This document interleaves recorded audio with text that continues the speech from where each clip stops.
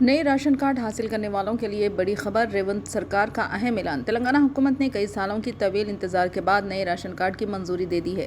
ریاست کے تمام اضلاع میں نئے راشن کارڈ منظور کیے جا چکے ہیں۔ اب ریونت سرکار نے ان کارڈ کی تقسیم کی تاریخ مقرر کر دی ہے۔ وزیر اعلیٰ ریونت ریڈی 14 جولائی کو تنگا ترتی میں راشن کارڈ تقسیم پروگرام کا آغاز کریں گے۔ ریاست بھر میں 2.4 لاکھ نئے راشن کارڈ کی تقسیم 14 جولائی کو وزیر اعلیٰ ریونت ریڈی کے ہاتھوں کی جائے گی، جس سے تقریباً 11.3 لاکھ غریب افراد مستفید ہوں گے۔ اس کے بعد تلنگانہ میں کل راشن کارڈ کی تعداد 94.72 لاکھ ہو جائے گی۔ جمعہ کے روز وزیر خوراک اتم کمار ریڈی نے راشن کارڈ کی تقسیم سے متعلق اہم اعلان کیا۔ انہوں نے کہا کہ یہ تقسیم ریاست بھر میں ضلع، حلقے اور منڈل سطح پر بیک وقت کی جائے گی۔ یہ بھی واضح کیا گیا ہے کہ راشن کارڈ جاری کرنے کا عمل مستقل طور پر جاری رہے گا اور جو بھی اہل ہوں گے انہیں کسی بھی وقت سفید راشن کارڈ جاری کیے جائیں گے۔ حکومت پہلے ہی 13,000 کروڑ مالیت کا چاول 3.10 کروڑ افراد کو فراہم کر رہی ہے۔ جن لوگوں نے پہلے ہی نئے راشن کارڈ کے لیے درخواست دی ہے، ان کی تفصیلی جانچ کے بعد انہیں بھی راشن کارڈ دیے جائیں گے۔